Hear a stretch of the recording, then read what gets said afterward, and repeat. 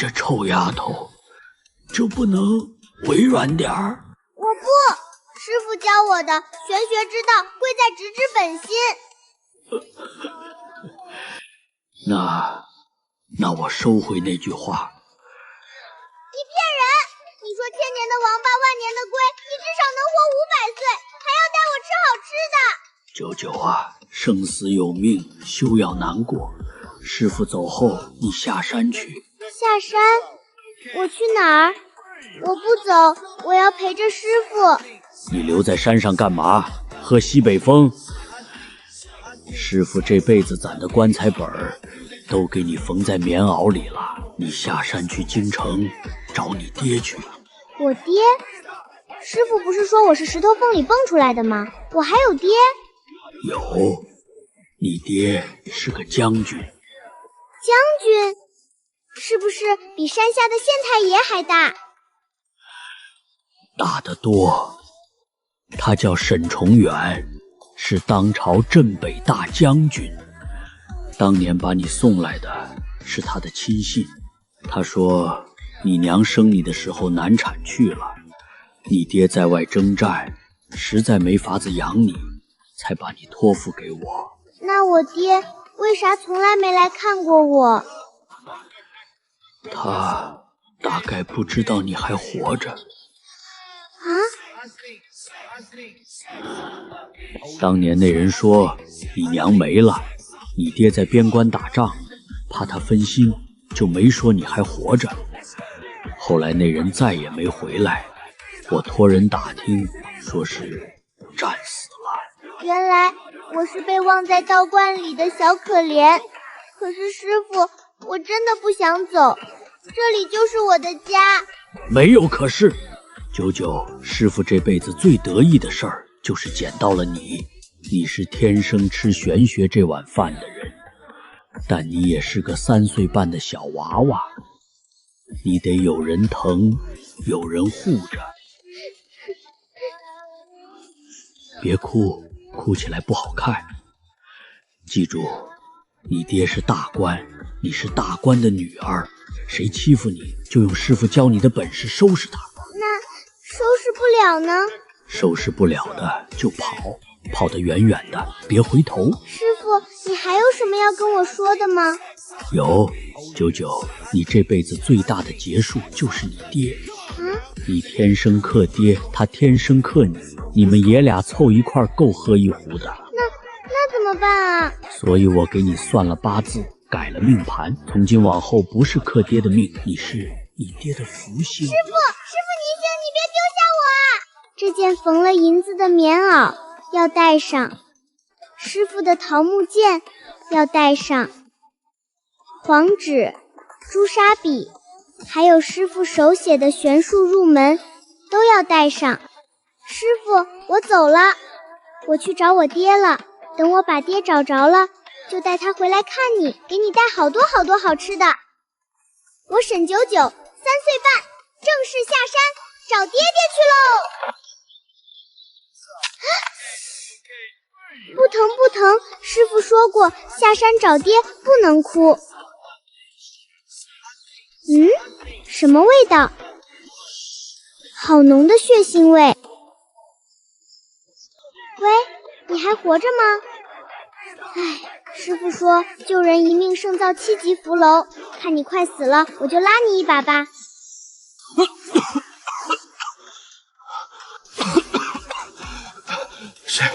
谁救了我？你醒啦？是你救了我。对啊，你受了很重的伤，经脉断了3根，肋骨裂了2根，还有内出血。我用师傅教的续命术把你从阎王殿拉回来了，不过只能保你3天不死，3天内不找大夫治，你还是会死。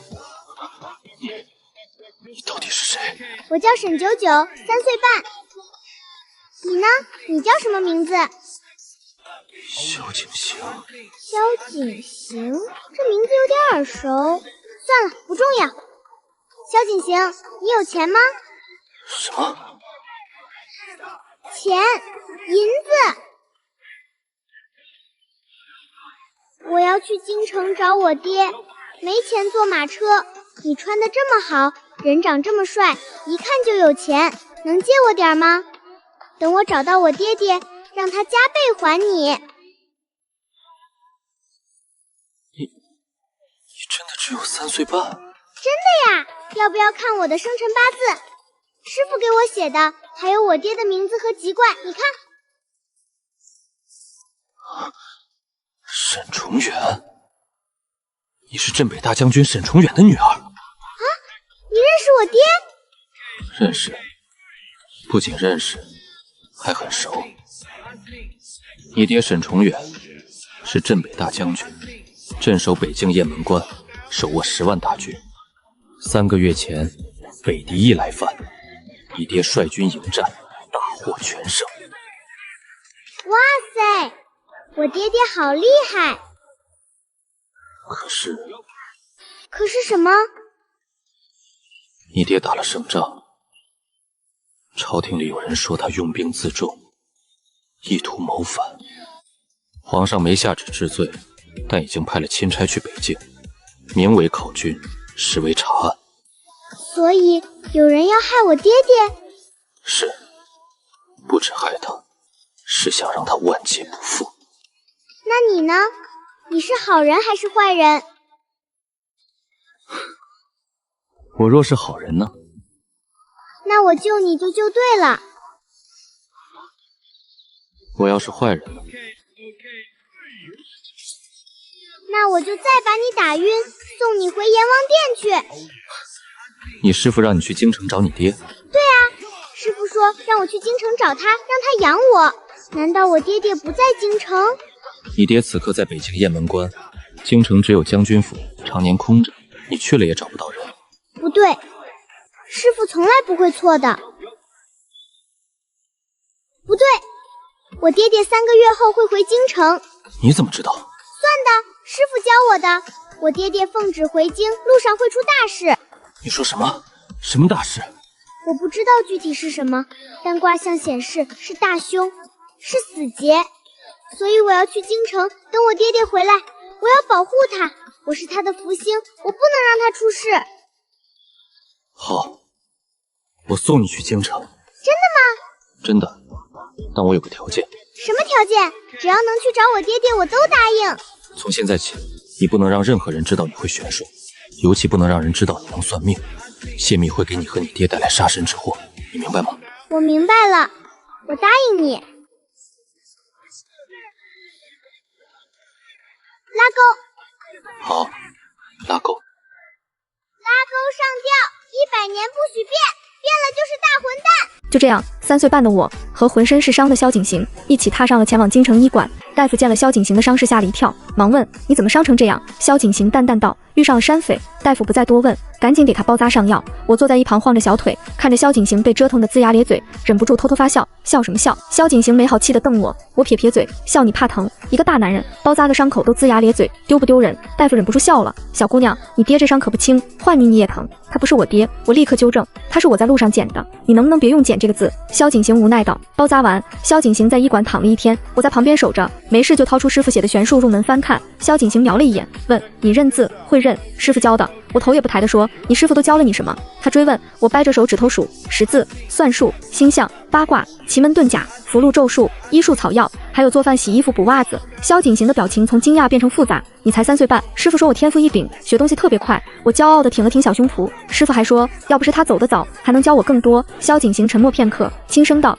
你师傅是个好人。”是的，他是世上最好的人。我低下头，声音有些发闷。第2天，萧景行伤势好转，能下地走路了。我们去镇上雇马车，他掏钱时，我注意到他钱袋里银子所剩无几，便问：“你钱不够吧？”萧景行皱皱眉：“够到下一个镇子。”我想了想，从小布包里掏出黄纸和朱砂笔，铺在桌上认真画了一道符。这是什么？萧景行凑过来问。平安符，拿去卖，能卖5两银子。我头也不抬地说。萧景行嘴角抽了抽，一道符卖5两，你当别人是傻子？你才是傻子！我白他一眼，你去镇上当铺试试，就说这是玄清观老道长的亲笔符，我师傅的名号，方圆百里都响当当。萧景行半信半疑地拿着符去了当铺，一炷香后，他攥着5两银子回来，脸色像吃了苍蝇。怎么样？我笑眯眯地问。当铺掌柜看了一眼，二话没说就给了5两。他看着我，眼神复杂。你师父到底是什么人？玄清观掌门，道号玄清真人。我说，师父说他在世时，皇帝都想请他进宫当国师，他没去。萧景行沉默了。有了银子，我们雇了马车继续赶路。马车上，我靠着萧景行打瞌睡，忽然一阵心悸，猛地睁开眼睛，掐指一算，脸色瞬间变了。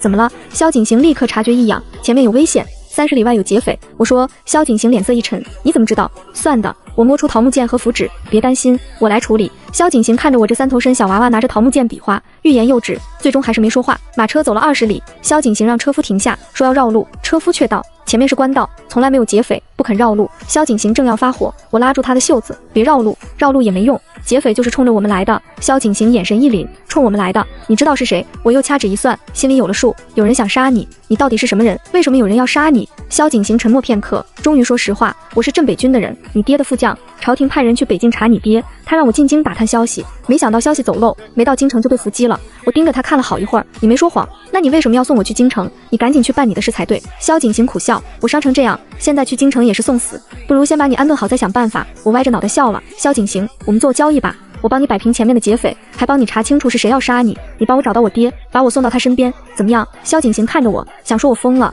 却又咽了回去。你真能摆平劫匪？你忘了我刚才给你续过命？我扬了扬下巴，我连阎王爷手里都能抢人，还怕几个劫匪？萧景行深吸一口气，像是下了决心。好，我答应你。拉钩，你能不能别什么都拉钩？他无奈道。马车继续往前走，天色渐暗，驶入一片树林。我让车夫把车停在大树下，掏出符纸和朱砂笔，低头画符。萧景行在旁边看着，见我小手飞快，笔画稳得根本不像3岁半小孩。你画的是什么？困阵符。我说，等会劫匪来了，我把符贴在树上，他们就进不来。等他们困在阵里，我们再慢慢审。萧景行嘴角抽了抽，你确定有用？你等着瞧。1刻钟后，树林里传来马蹄声，10几个黑衣人围了过来，手里的刀在月光下闪着寒光。车夫吓得腿软，萧景行握紧剑，把我死死挡在身后。我拍了拍他的腿，他腰太高，我够不着，别担心，看我的。我把符纸往空中一抛，小手掐诀，口中念念有词，符纸在空中炸开，化作金光没入四周树木。下一秒，黑衣人像无头苍蝇一样原地打转，明明离马车只有几步，却怎么也走不过来，互相踩踏，狼狈不堪。车夫目瞪口呆，萧景行也看呆了，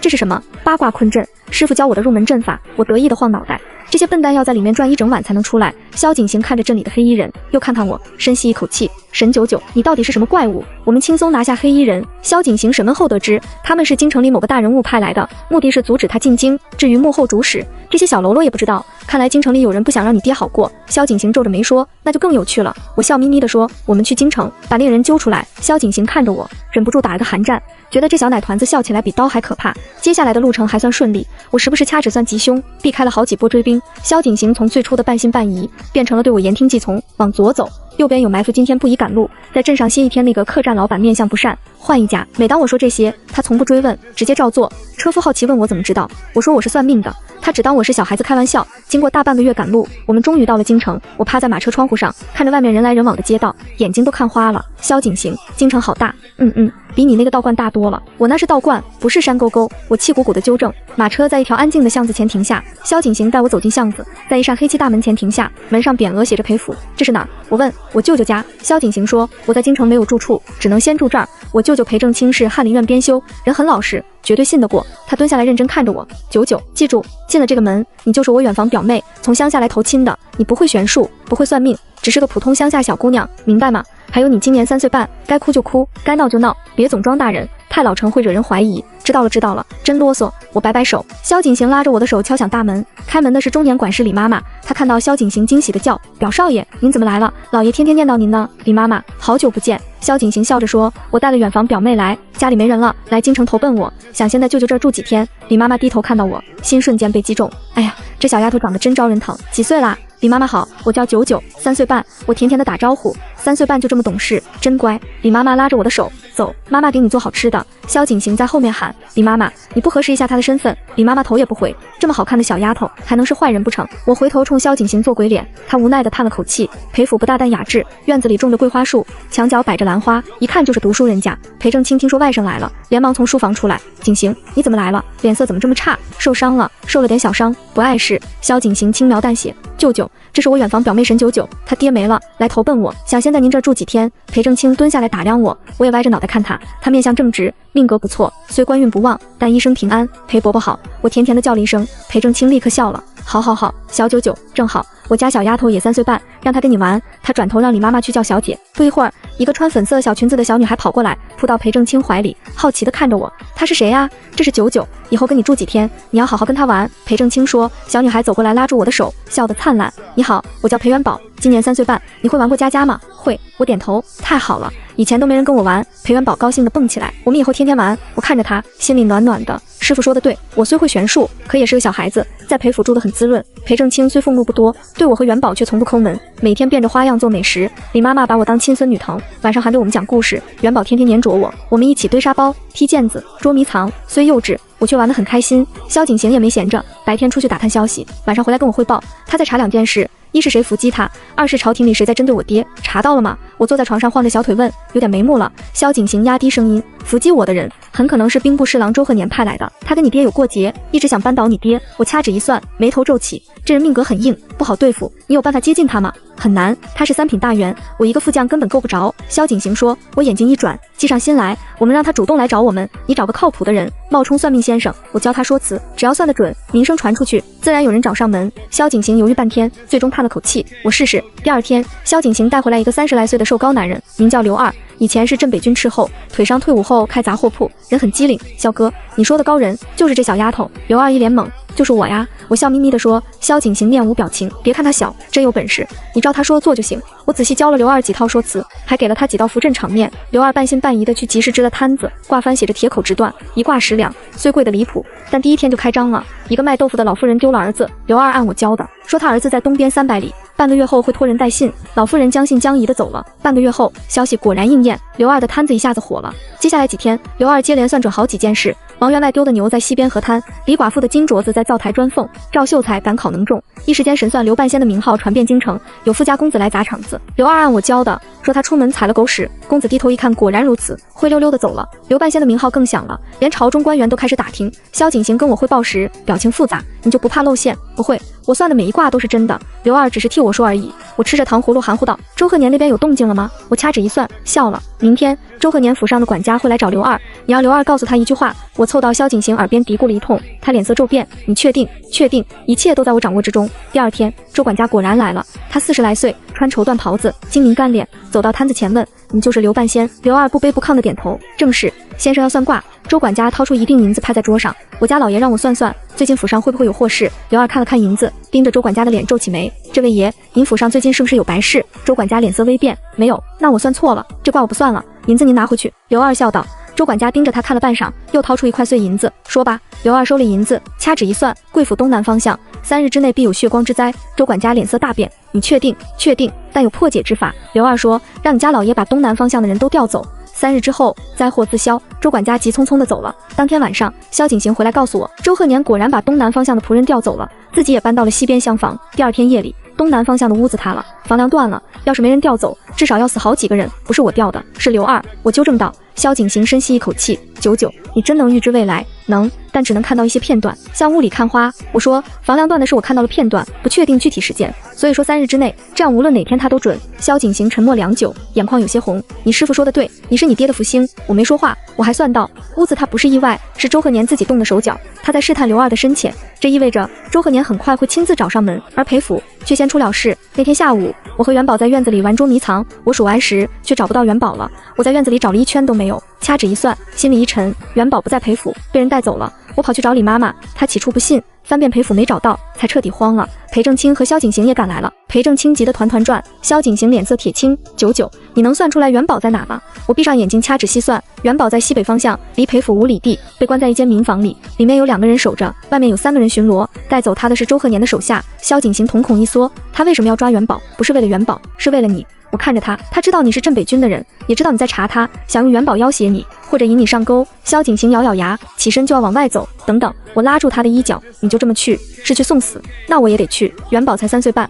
他眼眶红了。我跟你一起去。我掏出桃木剑和符纸，你忘了，我连阎王爷手里都能抢人，还怕几个绑匪？萧景行犹豫片刻，点了点头。我们趁着夜色出门。萧景行拦下了想一同前往的裴正清，说人多会打草惊蛇。按照我算的方位，我们很快找到了那间偏僻民房，门口站着2个持刀的守卫。萧景行看了看守卫，又看了看我，怎么进去？你先别动，看我的。我从袖子里掏出一张符纸，贴在地上，小手掐诀，符纸亮了了一下，随即消失在夜色中。巷子口起了浓的伸手不见五指的浓雾，门口2个守卫揉着眼睛，没多久便迷迷糊糊靠在墙上睡着了。迷魂阵加安神咒，我得意的扬着小脸，他们得睡到明天早上。萧景行看着我，深吸一口气，沈九九，你到底是什么做的？糖和香料，还有师傅的疼爱呀！我笑嘻嘻的拉他，走吧，进去救人。我们悄悄摸进屋子，堂屋连着几间厢房，元宝被关在最里面一间，门口守着2个人。萧景行指了指自己，示意交给他。我点点头，他悄无声息摸过去，手刀劈晕一个，另一个还没出声就被他捂住嘴打晕。我推开厢房门，看见元宝被绑在椅子上，嘴塞布条，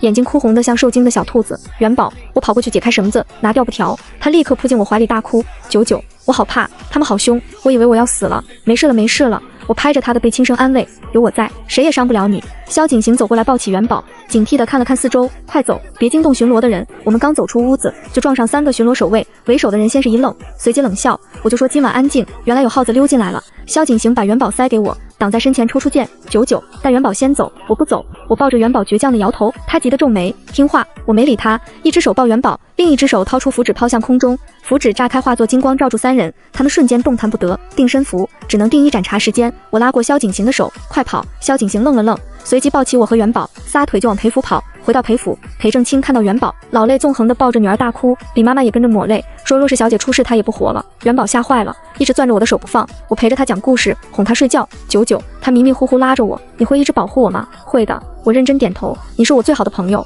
我会一直保护你。元宝笑了笑，安心睡去。看着他的睡脸，我心里却不平静。周贺年这次没成功，肯定还会出手，我必须加快速度。第2天，萧景行带来一个天大的好消息，九九，你爹回京了。我正喝粥，勺子哐当掉在桌上。真的吗？皇上召他回京述职，今天下午就到。我高兴地跳起来，粥洒了一身。李妈妈笑着帮我擦拭，瞧你这孩子，听说爹来了，高兴成这样。元宝也拉着我的手欢呼，九九的爹爹要来了，太好了，让爹爹也住我们家。我笑了笑没说话，我爹是镇北大将军，怎会住别人家？可心里难免发慌，他不知道我的存在，会不会不认我？会不会觉得我是骗子？萧景行看出我的不安，蹲下来安慰，别担心，你爹是个好人，他一定会认你的。你怎么知道？因为你是沈九九，他认真地看着我，你是你爹的福星，他不会不认你的。我深吸一口气，点了点头。下午，萧景行带我去城门口等爹，城门口挤满了看镇北大将军凯旋的人，我个子小看不见，急得直蹦。萧景行把我扛在肩上，我才勉强看到前方，来了来了。人群中有人呼喊，远处传来马蹄声，一队骑兵飞驰而来，为首的大将身披银甲，胯下白马，威风凛凛，那就是我爹沈重远。他越来越近，棱角分明的脸上剑眉星目，浑身透着杀伐之气，我的心砰砰直跳。萧景行把我放下，推了推我，去吧。我站在原地不敢动，爹骑着马经过，目光扫过人群没有停留。沈九九，你天不怕地不怕，认了爹有什么好怕的？我给自己打气，深吸一口气，迈开小短腿冲进人群，大声喊爹爹。这一声传遍整个城门口，爹的马车骤然停下，他探出头，就看见我这个3头身小奶团子朝马车跑过来。爹爹，等等我！我跑得上气不接下气，冲到马车前仰着脸，缓了好一会儿才说，你就是沈重远。爹愣了愣，我是？你是谁家的小孩？看着他，我的眼眶忽然红了。我是你女儿，我叫沈九九，3岁半。我师傅说我娘生我的时候难产死了，你那时候在打仗，他们没告诉你。师傅养了我3年，前几天他走了，让我来找你。眼泪终于掉了下来，不是委屈，是终于见到他了。城门口瞬间安静，所有人都交头接耳。爹的脸色从疑惑到震惊，再到复杂，声音发颤。你说什么？我是你女儿。我擦了擦眼泪，掏出师傅给的生辰8字，这是师傅写的，上面有你的名字，你看看。爹接过黄纸，手都在抖，看了很久很久。就在我以为他不想要我时，他忽然从马车上跳下来，蹲在我面前，一把将我搂进怀里，哽咽着喊九九，我的女儿。她的怀抱温暖宽厚，不像师傅的那样瘦瘦干干，像一座山。你怎么才来啊？我趴在他肩膀上小声说，我等了你好久。我感觉到他的肩膀在抖。堂堂镇北大将军竟在城门口抱着我这个小丫头哭了。萧景行站在人群里，嘴角微微上扬，沈将军，恭喜你找回宝贝女儿，爹带我回了将军府，这里比裴府大10倍不止，却冷冷清清，只有几个老仆人看门。九九，以后这就是你的家了。他牵着我的手逛府，你想要什么样的房间？爹得让人收拾，我要朝阳的，窗户要大，能看到月亮。我说，师傅说我是阴时生的，要多晒太阳，多看月亮。爹的眼眶又红了。好，爹爹都给你安排。萧景行也搬了过来，他本就是爹的副将。裴正清虽舍不得我，却也知我是将军之女，不好挽留。元宝哭了一场，我答应经常去看他，他才破涕为笑。回到将军府的第2天，门房来报，将军，安阳侯府世子周明远来访，我爹正陪我吃早饭。皱起眉，周明远。门房小心翼翼地说：“是兵部侍郎周鹤年的儿子。”我心里咯噔一下，周鹤年的儿子，来者不善。爹放下筷子，九九，你先回屋，爹见个客人。我不去，我要跟你一起。我抱住他的胳膊，来的是坏人，我更要保护你。爹哭笑不得，你一个3岁半的小丫头，怎么保护爹？你别管，我有办法。我倔强的不肯松手，爹无奈，只好带我去了正厅。周明远已在正厅等候，20出头，锦袍加身，长得不错，却眼神飘忽。沈将军久仰。他拱了拱手，目光立刻落在我身上。这位是我女儿，爹淡淡的说。周世子来府中有何贵干？没什么大事。周明远笑了笑，听说将军凯旋，特来拜访，顺便帮我爹带句话。周明远压低声音，我爹说朝堂风向变了，将军若是识趣，主动交出兵权，或许还能保住一条命。正厅气氛瞬间变冷，爹握紧了拳头。周明远得意的转身要走，我忽然开口，等一下。所有人都看向我，我走到他面前，仰着脸，你叫周明远？他低头看着我，笑了。小妹妹，你叫什么？我叫沈九九。我说周明远，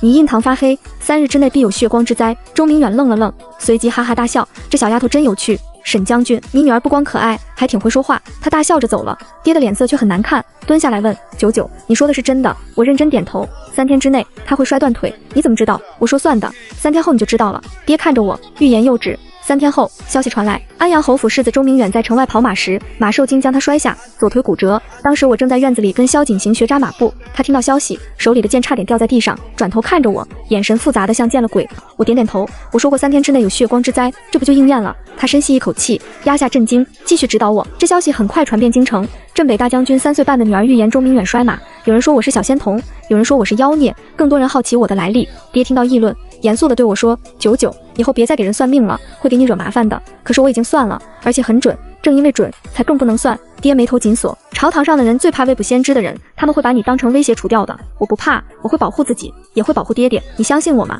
爹沉默片刻，点了点头，相信。那就别拦我。我认真的说，师傅说我的本事是用来帮助别人的，有人想害我们，我就用本事保护我们。爹看着我，忽然笑了。你师傅把你教得很好，那是我师傅是天下最好的师傅。我骄傲地挺了挺胸。周明远摔马后，周鹤年没来找麻烦，反而派人送来了请帖，邀请我爹和我去周府赴宴。鸿门宴，萧景行看完请帖，冷冷地说：“我知道。”爹把请帖扔在桌上，但周鹤年是兵部侍郎，他的请帖我不能拒绝，我陪你去。萧景行说：“我也去。”我举手，爹犹豫了一下，点头答应，去可以，但你要答应爹爹，不许乱说话，不许用你的那些本事。我乖巧点头。赴宴那天，周府雕梁画栋，富丽堂皇，周鹤年在门口迎接，笑眯眯的。沈将军大驾光临，蓬荜生辉，这就是恋爱，果然是美人胚子。周大人过奖。爹不咸不淡的回应。宴席上觥筹交错，周鹤年一直跟爹聊边关战事和朝堂局势，话里话外都在试探，暗示爹交出兵权，说皇上不再信任边疆，识物就主动请辞。爹的脸色越来越难看。周大人，我沈崇远在边关打了10几年仗，流的血比喝的酒还多，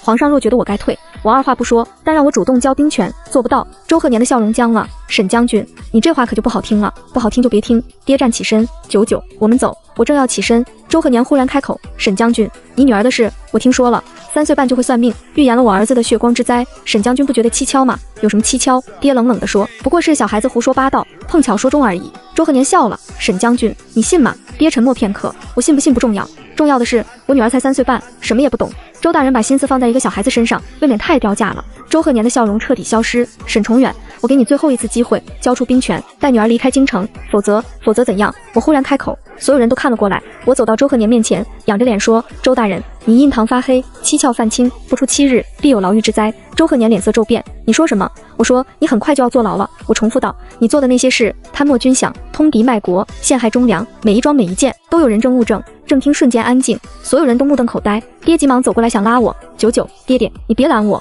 我甩开他的手。周鹤年，你以为收买北境将领做伪证陷害我爹，派人劫杀萧景行毁掉证据，就能高枕无忧吗？周鹤年声音发颤，你怎么会知道这些？我说了，我会算。我笑了笑，掏出符纸抛向空中，符纸炸开化作金光，落在周鹤年身上。金光处浮现出一行行文字，正是他贪污受贿、通敌卖国的证据。一笔笔银子，一个个日期，一个个名字，清清楚楚。这是什么妖术？周鹤年惊恐后退，不是妖术，是玄术。我纠正道，师傅教我的显形符能显出你身上藏的秘密。我转身对宾客们说，各位大人，你们都看到了，周鹤年是什么人，你们心里有数。正厅瞬间炸开锅，有人惊叫，有人议论，有人往外跑，周鹤年瘫坐在地，面如死灰。爹爹，别发呆，赶紧让人通知大理寺抓人。我拉了拉爹的衣角，爹猛地回过神，来人，去大理寺报案。周鹤年被抓后，大理寺在他府邸搜出大量铁证，贪污受贿、通敌卖国、买凶杀人，桩桩件件无可辩驳。皇上震怒，下旨将周鹤年抄家问斩，全家流放，爹的冤屈得以洗清。皇上不仅没治他的罪，还赏赐了很多东西，特意下旨夸奖沈重远叫女有方，沈九九聪慧过人，特赐黄金1000两，绸缎100匹。接到圣旨时，爹看着我欲言又止。爹爹，你想说什么就说吧。我晃着小腿坐在他旁边，爹深吸一口气，九九，你到底还有多少事瞒着爹爹？我掰着手指头数，一件件数咯。爹无奈的摇头，这些都不重要，重要的是你是我女儿，这辈子谁也别想把我们分开。爹把我抱起来，哽咽着说，九九，爹爹对不起你，让你一个人在道观待了3年，都不知道你的存在。没关系，我拍拍他的肩膀，师父说不知者无罪。再说，你要是知道，说不定我也活不到现在。为什么？因为我天生克爹呀。我笑嘻嘻地说，师父帮我改了命盘，从今往后我不是克你的命，是你的福星。爹愣了愣，随即笑了，对，你是爹爹的福星，所以你要好好对我。我戳了戳他的脸，不能凶我哦，每天给我买好吃的，带好玩的，晚上给我讲故事，好好好，都听你的。爹笑着答应。还有，我要学功夫，师父说我体质太阴，要多锻炼。好，爹爹教你。还要去裴府看元宝，他是我好朋友。好，爹爹带你去。还有，九九，爹打断我，爹爹有一辈子的时间陪你，不用一次说完。我看着他笑了，是啊，有一辈子呢，不急。半年后，京城大街小巷都在传我的故事，镇北大将军的3岁半女儿用玄术帮爹洗清冤屈，扳倒大贪官。有人说我是小仙童，有人说我是福星，可对我来说，只要有爹爹疼，有元宝丸，有萧景行教我功夫，还有师傅在天上看着我，就够了。